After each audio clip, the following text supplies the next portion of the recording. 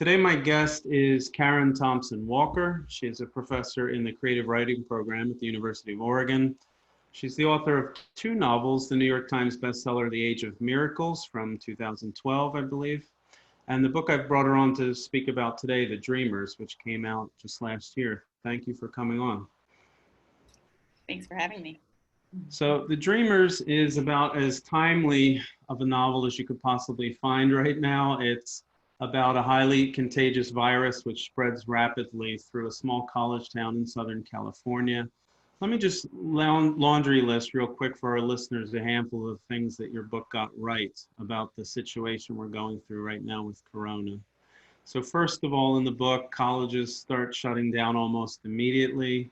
The local nursing home in the town gets hit especially hard, and then there are all the travel bans and curfews and stay-at-home orders, etc. That inevitably leads to hoarding in supermarkets.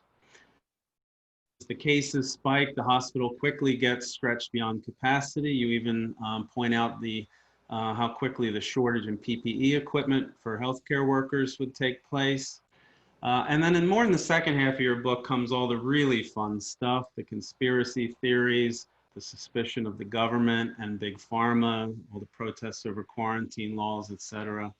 So this book is just frighteningly timely and frighteningly prophetic in so many ways. I almost want to ask you where you keep your time machine. But seriously, what has this whole experience been like for you, writing a book about an epidemic and then effectively watching one unfold live like this over the past 6 months?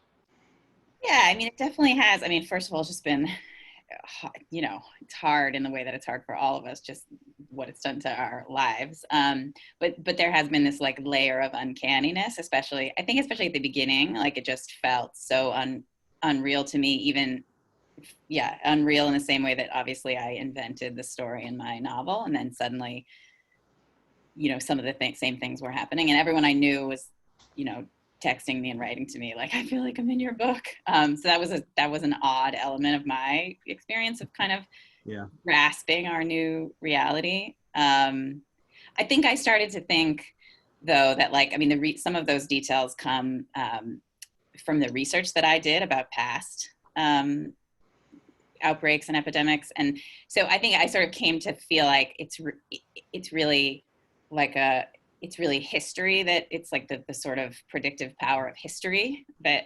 that then I channeled through my book, and then it's happening in reality again, rather than me having an uncanny imagination for our own future. It's more that like these things go along certain lines, and so hopefully the imagined story of my book follows how certain elements that happen again and again, in terms of just how it unfolds and to what extent people take it seriously, and just the various ways it can spread. Like those details, like obviously I use them in my book, and then they come up in reality too. So you brought up research, and that was actually what I was going to ask you about next. I mean, I'm curious what your writing process was like for this book. I assume, as you just pointed out, that for it to feel as accurate and kind of be as accurate as it is, that you must have done a ton of homework. So could you let us in on what the process was like, the order of events, and how you wrote the book? Yeah, I did do a fair amount of research, especially early on, when I was just trying to kind of grasp how contagion works, and especially in detail. I've always been interested in contagion stories. One of my favorite books is Blindness by Jose Saramago, which is about a contagious disease that makes everyone blind, or almost everyone, in a town within a few weeks.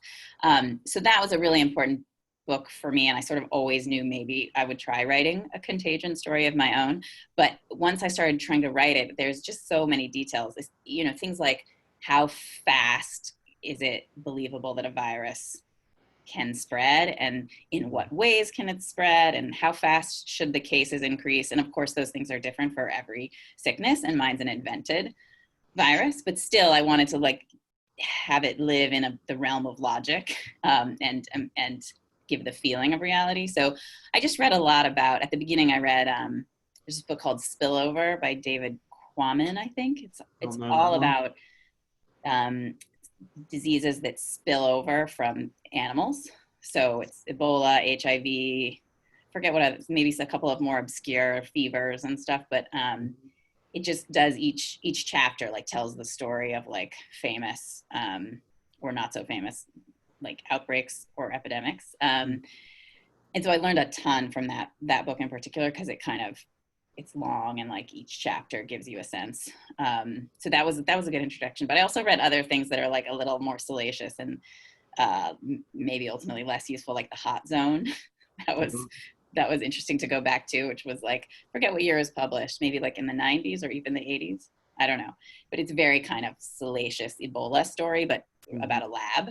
Anyway, so I learned a lot of details, like, what kind of protective gear people wear, and a little bit about the history of quarantine and what powers the government has and stuff. Okay, and then the virus, the disease that you eventually settled on, is closest to what's called sleeping sickness, right? Could you tell us a little bit about that? Yeah, I mean, I definitely wanted it to be an invented disease so that I could control it and not be sort of like I didn't have to be sort of loyal to the reality of any one virus, but it is kind of reminiscent of, I think specifically this certain kind of thing that happened, which I think they think was related actually to the flu, the 1918 flu. It, like in some people, led to this encephalitis that then caused this strange sleeping sickness where people just I mean, I think that actually the symptoms varied a lot, but for some people, they were like sort of half asleep, half conscious for a while. And so there were some descriptions of what that experience were like, definitely went into the book. And it's something that I first learned about from reading Oliver Sacks, which is one of my favorites too. Okay. And then you add this wonderful wrinkle to it, to sleeping sickness, that your virus comes with this added symptom of a weird prolonged form of lucid dreaming, right? Where did you come up with that idea? It's funny because I have a sort of interest and obsession with the mystery of sleep.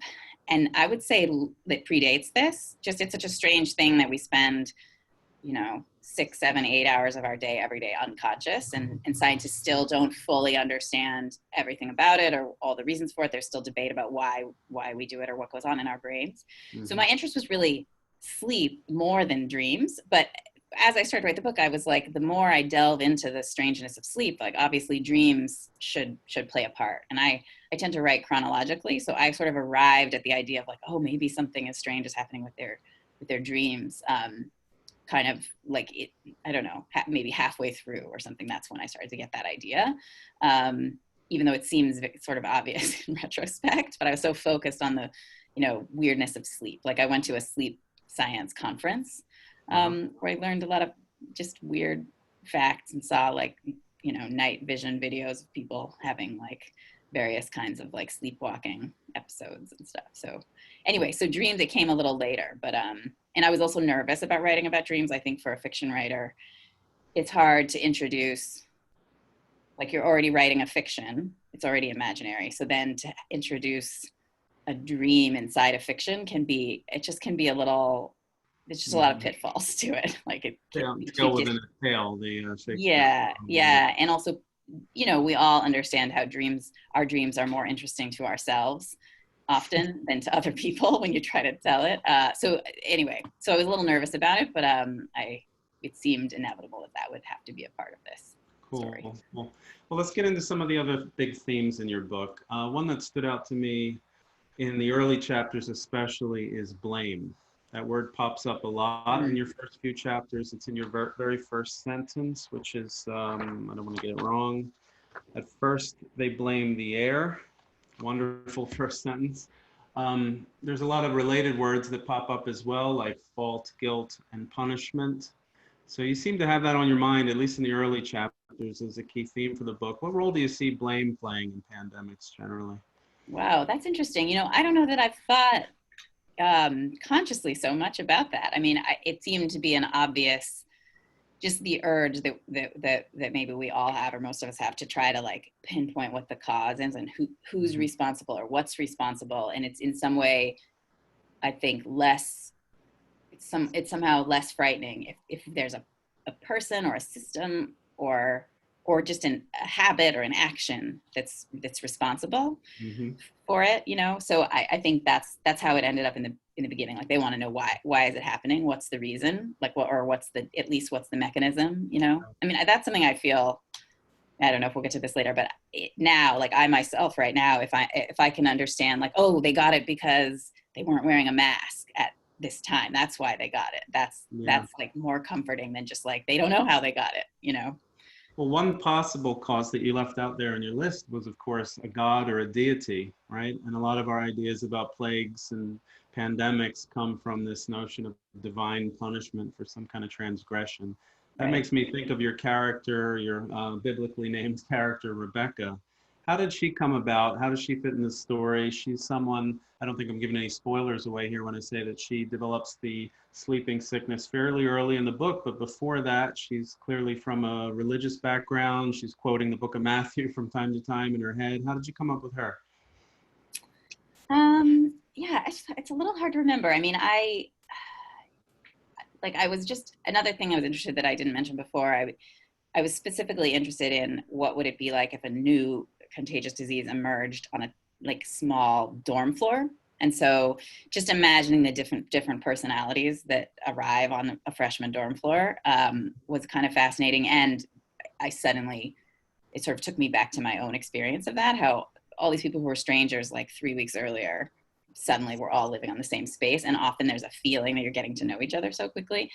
Mhm. So, and also that feeling that there's like a possibility, at least, yeah, and maybe sometimes it's an illusion, but there is a possibility of kind of reinvention arriving on that dorm floor where no one knew you before. And so for her, Rebecca, she's come from this really, I just thought she'd be an interesting character to place on that floor because she's come from this certain very specific and conservative background where like a lot of things were not allowed. And suddenly she is in this new space and she's trying out new things. I mean, just like, you know, drinking or dressing differently and just she's in that phase. And so yeah, I was interested in what this experience would be like for her. And then for her, it seemed just to grow out of her character that if she did get sick, when she starts to worry that she is getting sick, it just seemed to be part of her psychology that she would think, oh, it's because of how I've been behaving. Like I've been going against the rules of my upbringing for the last, you know, few weeks as a Yeah. freshman before.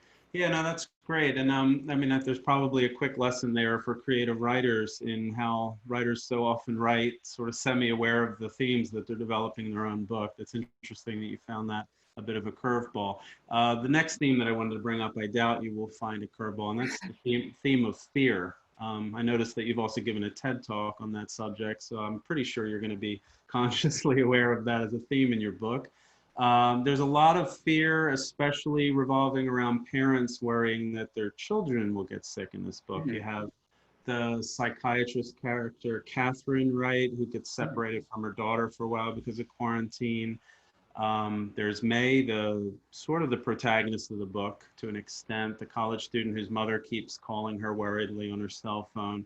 And then there's these other two professor characters, Annie and Ben, who are watching their newborn baby almost like a hawk because they're worried that her everyday normal nap times might be the sickness and they don't really realize it. There's a lot of really anxious moments that are beautifully written revolving around those two characters. So, you know, overall, big emphasis on parenting in the book. And I wanted to just use that as an excuse to highlight your dedication. You dedicated this book to your two daughters.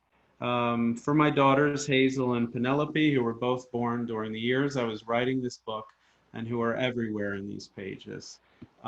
Beautiful dedication. And like I said, one of the really more gut-wrenching parts of your book are the fears that Annie and Ben have over their daughter. I believe her name is Grace, right? Mm-hmm. So was this one of the more personal sides of the book for you? Yeah, definitely. I mean, I even after I finished the book, when people would comment that parenthood was sort of one of the themes of the book, I don't know that I would say surprised me, but it was I was like, oh, does it end up being? But then in retrospect, it definitely is an important part of it. And And I think the reason that it like slightly surprised me with how often people mention that is because it wasn't part of the initial conception of the book. You know, I was like, well, it's going to be in a college town and there's going to be different kinds of people who are affected by this in different ways. And I didn't have it all mapped out who the characters were, you know, at the very start. But when I had written about maybe 70 pages, 75 pages, that's when my first daughter was born. And this character, Ben and Annie, they were characters, these young professors. And I knew that there was like something going on in their marriage, but I hadn't written very much of them yet. And I knew there was something missing from their storyline. But then, so I had my first daughter, Hazel, and 11 days after she was born, I suddenly was like, they need to have a newborn baby. Like that's what would make their experience like sort of specific and super intense. And I think it was a way. So I remember I wrote just a few little scraps of sentences then when I had this newborn, because I think it just put me in touch with like some kind of elemental fear about keeping another human being alive. That seemed to rhyme with that's a sort of ordinary fear or ordinary experience of dread and worry, but it rhymes with the extraordinary experience of dread that the people who are living in this town are feeling as a result of this new disease. So my favorite parent in this book is that amazing doomsday prepping dad that you came up with, who I think is nameless throughout the book, right? He never gets a name, does he? I can't remember if he does. It's very rare if he ever does, because they just know him as their dad. You know. Yeah, I just know him as the father of these two daughters, Sarah and Libby, I think. And his main mission in life seems to be to instill his paranoia about the world into these two daughters of his. I just love this character. Let's just say I found him highly relatable. What led to him? Do you have, I mean, I don't see any gas masks or M16s in your Zoom background here. Do you have a doomsday prepper streak in you or what? Where did he come from? I mean, I have a worry streak, a fear streak in me. I think so for that reason, I think I've always been fascinated by people who, by like, you know, doomsday preppers. Another part of it that I've been fascinated about people like that is that I do think it's almost like an exercise of creativity. Like there's a point at which like they are afraid, but it's somehow, I think I don't know if enjoyable is exactly the right word, but this imagining scenarios and how they're going to be prepared for it, and the specificity of the scenarios, and like what you should put in your go bag. And like, there is a kind of creativity to it that I've always been interested in. Like, it's fascinating, and so it interested me, the idea that this guy who has been sort of preparing for some kind of disaster and has even previously like been proven to be like, he was worried about things he doesn't need to be worried about. Like he's sort of like, you'd think he's destined to be like just kind of a kooky guy who is wrong about the need to be prepared, but suddenly the situation arrives that he's been preparing for. I just thought it was makes for an interesting moment. And then also on the level of just reality, it makes possible, I don't want to give away too much, but because he's been preparing his daughters and they have this stockpile, it makes it so that they, just on the level of reality, it's a little more possible that they would figure out how to kind of fend for themselves a bit, which was something I was interested in exploring. Great. All right, so let's shift things into 2020 and talk about COVID. I want to hear your thoughts about these past 6 months, and I thought it would be cool if you would read a page of your book for us to get that set up, and that's chapter 16. It's just a few paragraphs long. This is arguably the most unnerving chapter in the entire book, so would you read that for us? Okay.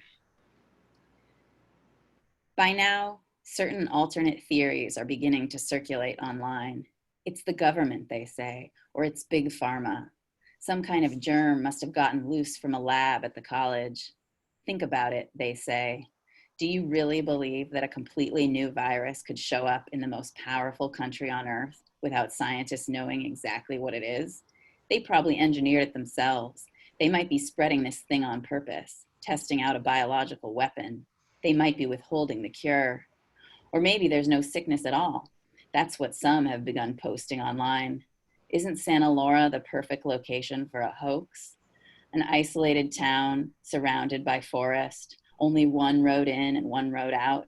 And those people you see on TV, those could be hired victims. Those could be crisis actors paid to play their parts. And the supposedly sick, come on, how hard is it to pretend you're asleep? Maybe a few begin to say, Santa Laura is not even a real town. Has anyone ever heard of this place? And look it up. There's no such saint as Santa Laura. It's made up. The whole damn place is probably just a set on some back lot in Culver City. Don't those houses look a little too quaint? Don't be naive, say others. They don't need a set. All that footage is probably just streaming out of some editing room in the valley. If you look closely, you can tell that some of those houses repeat. Now just ask yourself, they say, who stands to benefit from all this? It always comes back to money, right? The medical industrial complex. And who do you think pays the salaries of these so-called journalists reporting all this fake news? Just watch. In a few months, Big Pharma will be selling the vaccine. Wow. How did you do this? I mean, you were very humble at the outset about the research you did on past pandemics, and I respect that, but this is really amazingly prophetic. How did you capture our zeitgeist so perfectly? And I'm also curious, have you been following these conspiracy theories? Have you seen the pandemic video? Do you believe coronavirus is caused by 5G?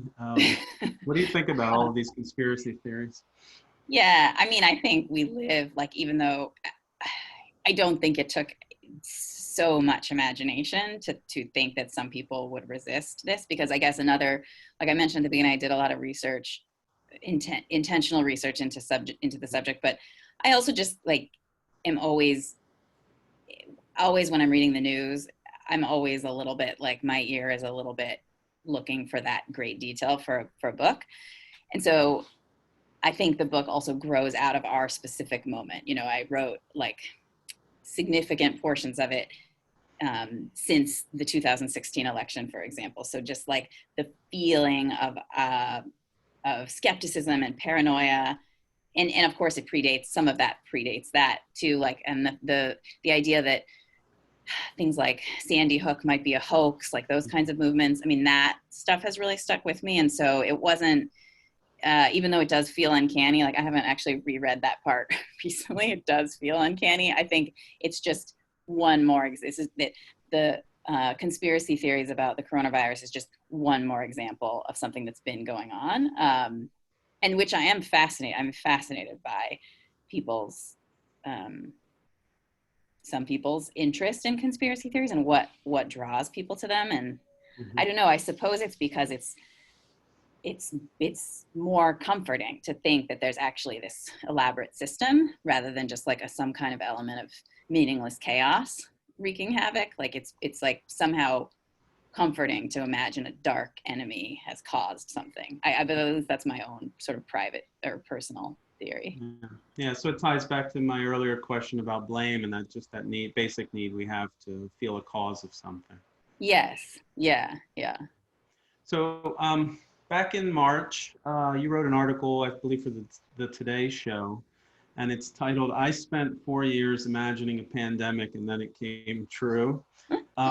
You talked in this article, and everyone who's listening should look it up, it's a great piece, but you talked in this article about an exchange you had with a doctor friend, I believe around February or so, where the doctor wasn't particularly worried yet, but you very much were. Could you tell us how that exchange went? Yeah, I mean, I think she just is so aware of like so many other like terrible viruses that are out there. And also she's very in touch with how dangerous flu can be for young children, you know? So at that moment she was like looking at the numbers and like, well, it seems like, you know, in terms of like fatality rate, like, of course it's serious. We're concerned about it, but it wasn't her sort of top. She wasn't. And specifically, I was like, do you think, it was on the day that I heard Japan had closed their schools for a month. I can kind of still remember that moment where I was like, a month? They closed the schools for a month? And I texted her and I was like, what do you think about this? Like, and I just remember her saying like, well, I think we're a long way from anything like schools closing. And it was only like 2 weeks later. I mean, but it also captures not so much her, it also just captures how rapidly reality was changing at that moment. Like things were just changing so fast. But I guess I felt like in writing that piece, I was thinking about how maybe as a novelist, like she's an expert on what, you know, how to treat whatever, when we do know a sickness, like what are the worst, what are the worrying symptoms, and which viruses have like are the most worrying and have the highest fatality rate. And that's her space as a doctor. And it wasn't her expertise, you know, this, she just happens to be my friend who's a doctor. But in a way, I do not have that expertise, except to some extent from research. But it's like a weird expertise of just sitting around imagining how people and societies at this moment might respond to the threat I imagined. So there was like a weird expertise, and I was like, I feel like we're gonna close the schools. I love that phrase. I mean, that's a phrase almost every academic can relate to, right? Having weird expertise. Yeah. Did this make you feel in late February, early March that you were better prepared for this? And I don't just mean practically. I mean, we've all struggled in so many ways with this. Did this leave you more emotionally prepared for the lockdown and all that would entail? I don't know. I don't think so. I guess one thing that I really got, that my imagination, which doesn't come up in this book, because I chose to keep this sickness just in one town. And so, I don't know. What I did not imagine accurately is I remember when Italy was in, they were saying Italy was going into lockdown. I forget when that would have been, late February maybe. Yeah. I was like, wow, like that's really intense. And I remember thinking like, I mean, maybe that is what you have, what the best thing to do is. I'm like, but America would never do that. We're just definitely not going to do that. And I know that we obviously didn't, was some inconsistency and we didn't maybe do it to the extent, but I was really shocked at how fast we actually did close a lot of things down. Like I just didn't, not for better or worse, just my imagination was wrong. Like I would have been like, oh, we just wouldn't, our culture, we just wouldn't do that. That's what I thought, even if we should. And so I guess the part of it that's been accurate is that there's been more resistance than in some places maybe here, but we still did make a pretty dramatic societal shift in a really short time. So that was interesting to me, that I misimagined that. Like some things might seem uncanny, but if I had this virus spread to the rest of the country if I had chosen to write that book, I don't think I would have imagined that the country would lock down even to the inconsistent level that we did. So that was interesting. And in that sense, just as shocking to me as I feel like everyone was kind of in shock at like, we have to do this thing that's so extreme or feels so extreme. So I don't feel like I was better prepared. So sometimes I think my natural fear and anxiety, and maybe that prepared me a little, or like I actually experienced maybe a bit less like gut, like stomach tension, like tightening anxiety than I think maybe some other people did. And I feel like it's because I have grown accustomed to living with a brain that like is always like, we're at the beach in Oregon and I'm like, where do we go if the tsunami, like I'm playing with my daughters on the beach and I'm like, what if this is the day that the earthquake strikes and the tsunami comes? I think that hill over there is high enough. Like, okay, sure, I'll play with you, Hazel, by the water. Like, it's just, it's in my head all the time in a way that it started to get kind of quieter, but it's still there. So to me, I guess it didn't feel at the actual virus, while definitely very scary. It's like part of a kind of ridiculous list of fears I have. Whereas I think maybe some other people without that particular compulsion, maybe they didn't have so many things in their box. And now we have this terrifying thing and it's louder, I guess. And is that list a Word doc or do you keep it in your journal or what? It's just memorized. You see it in your third eye. So one aspect of this that touches both of us personally is teaching. Of course, we're both college professors. I'm sure you had a crazy end of spring semester like I did. And there's been a lot of focus in the news on teaching and the risks that we're asking teachers to face. How do you feel about that whole situation that teachers are going through at the moment? Yeah, I mean, I think it's kind of an impossible situation. Maybe even more impossible at the lower grades, because I think college, even though it is really sad to not be teaching in person, and I just feel bad for especially undergraduates. But I think online there's like some greater percentage of what you would get in person, like can sort of in a less ideal way maybe be achieved through online. I think the lower grades, like the elementary school, I think that level is just such a hard situation, because it feels like none of the options, they're all seem kind of terrible. Like if you have in-person school, then of course there's all these risks, and the people at most risk are the teachers, and so like that dynamic is kind of terrible. But then the online system just doesn't feel like it's serving kids very well, but then I don't know, it just feels impossible. I mean, I'm kind of glad I'm not an elementary school teacher right now, because I just feel like you're in a kind of impossible space. And your daughters that are around what age again? One just finished kindergarten, and so she'll be doing first grade online. And then one is 2.5. So she actually, I feel sort of happy that she's like missing, in a conscious way, she's sort of missing it.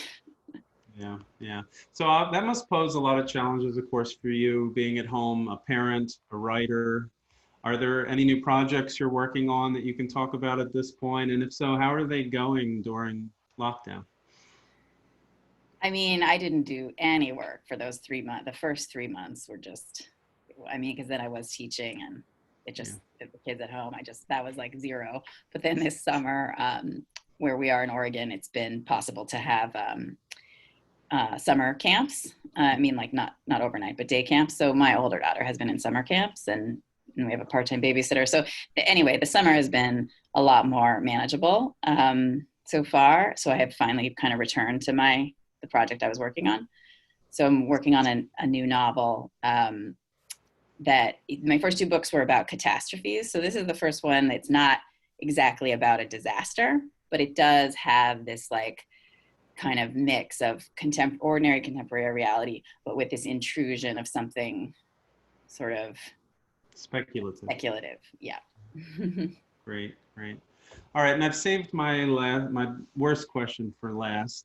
I'm just wondering when we can expect an adaptation of The Dreamers to come out. I've reached the end of Netflix, like most people. I would love a good long miniseries. Any plans for that in the works?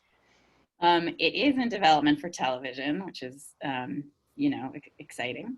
And I think not all of the details have been announced, but what has been announced is Warren Littlefield at Fox 21 optioned it for television, and that was exciting because he's the executive producer of an executive producer of The Handmaid's Tale and Fargo. So I feel like he's been involved in making really great TV, which made me excited. And then more recently, Marta Kaufman has been attached to write it. And so she's worked there. She and her production company are working on that. And the thing that was interesting about her is that it was like a little surprising to hear at first, because she is the co-creator of Friends, and she's done other things too. But at first I was like, oh, it's so interesting that someone who has done work that's really different from what I've done, because my book doesn't have a lot of comedy in it. It was surprising to me, but I think it's been really good, and she has a kind of interest. I mean, like a deep interest in speculative fiction, science fiction stuff. So I think I'm really excited about where she's going with it. Awesome. Well, I look forward to watching that. I really look forward to your next novel whenever that's finished. Thank you so much again for coming on with us. Thank you so much for having me. It sounds like a great class. This has been Karen Thompson Walker, author of The Dreamers.